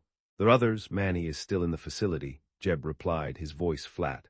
Doctors say he might never recover enough to function normally. They keep him sedated, quiet. He still hums that song sometimes. They hear it, Jeb's voice cracked slightly. Diego tried to go back to construction work, but he can't handle underground projects anymore. Says he feels hands on his leg, hears the whispers in the darkness. He's working above ground now, on a farm, far away from anything enclosed. Vance Gabe, he trailed off, shaking his head, unable to speak the name, unable to speak the impossible truth. "I'm sorry," I said, meaning it completely. "You need to find a different line of work, Aris," Jeb told me, his eyes meeting mine directly for the first time during our conversation, a look of profound empathy mixed with grim warning. "Don't take any more underground assignments, trust me on this. Once you've heard those voices, you can't unhear them. They'll follow you into every tunnel, every basement, every dark space you enter. They get inside. And they don't leave." I knew he was right. Even sitting in this well-lit coffee shop, surrounded by normal afternoon activity, I could feel the echo of those whispers in the back of my mind. They weren't gone, just waiting for quiet moments when my guard was down, for the silence to deepen. They had followed me out of the desert, clung to me like a shroud. They were subtle now, a faint hum beneath the surface of my thoughts, but I knew they were there, a seed planted deep. The following week, I submitted a request for reassignment to surface projects exclusively. I cited health concerns related to underground work environments, breathing difficulties, claustrophobia, stress-related symptoms that made deep construction consulting inadvisable. All technically true, though the real reasons couldn't be included in any official documentation. My supervisor approved the request without question. 20 years of underground expertise was apparently less important than avoiding worker compensation claims for job-related health issues. I was reassigned to surface infrastructure projects, bridge assessments and foundation analysis that kept me safely above ground level, tethered to the sunlit world. 3 months had passed since my visit to that Arizona tunnel, and I was learning to function with the constant awareness that I'd encountered something beyond human understanding, something that had indelibly marked me. The whispers hadn't faded with time. If anything, they'd become more persistent during quiet moments, especially late at night when traffic noise died down and the city settled into darkness. They were clearer now, distinct words, sometimes in the incomprehensible language, sometimes chillingly in English. Sometimes they were my own thoughts, twisted, taunting, insidious. I'd tried various strategies for dealing with the ongoing psychological effects. White noise machines, sleeping medication, even consultations with therapists who specialized in work-related trauma. None of it addressed the fundamental problem. I'd heard voices that shouldn't exist, speaking from spaces that couldn't contain human speakers, speaking to me. And now they were inside. My apartment had become a carefully controlled environment designed to minimize triggers that might bring the whispers closer to conscious awareness. Multiple light sources in every room. Background music or television programming to fill silence. Heavy curtains to block outside darkness that reminded me too much of that tunnel shaft. Sleep remained problematic. The whispers were strongest during the transition between waking and unconsciousness, when my mental defenses were weakest. They would speak my name, whisper old memories, dredge up fears I'd long buried. I'd learned to recognize the signs. A quality of silence that suggested approaching voices, a sense of presence that had nothing to do with actual sound, a coldness that wasn't temperature. On bad nights, I avoided sleep altogether, preferring the waking torment to the nightmares they wove. Work provided some relief through constant activity and social interaction. Surface projects required collaboration with engineers, city planners, and construction crews who maintained normal conversations about ordinary problems. Their presence helped anchor me to everyday reality, though I found myself avoiding basements, subway stations, and any environment that reminded me of confined underground spaces. But the knowledge remained, growing heavier with each passing day. Somewhere beneath the Arizona desert, behind a concealed opening in a sealed tunnel, voices continued their conversations in languages that human throats weren't designed to speak, singing a song of ancient longing and cold hunger. Government officials had accepted my recommendation for permanent closure, satisfied that the geological instability had been addressed. But I knew that steel plates and security protocols weren't enough to contain what existed in that hidden passage, what was now, irrevocably, a part of me. Jebediah Stone had been right. Once you'd heard those whispers, once they'd touched you, They became part of your reality forever. They existed in the space between scientific understanding and supernatural experience, in the gap where rational explanation failed and human comprehension reached its limits. They were a virus, a contagion of the mind. I would carry them for the rest of my life, a living echo chamber for the impossible, along with the terrible knowledge that some secrets buried in the earth should never be uncovered. The worst part wasn't the ongoing psychological effects or the permanent change in my career trajectory. The worst part was knowing that somewhere in those files, Harmon and her colleagues maintained, other projects were probably being planned, other tunnels would be drilled, other workers would descend into spaces where they might encounter things that would break their understanding of reality, things that would then follow them home. And there was nothing I could do to warn them, because the only people who would believe such warnings were those who'd already experienced it themselves, those who were already broken. Everyone else would dismiss it as stress-related hallucinations or equipment malfunction, exactly as I would have done 4 months earlier. The cycle would continue until someone else heard those whispers and learned why some doors should never be opened, why some songs should never be sung, and why, once it has touched you, it will always find its way home. What chilling secret do you think lies deepest under the earth? Share your thoughts below.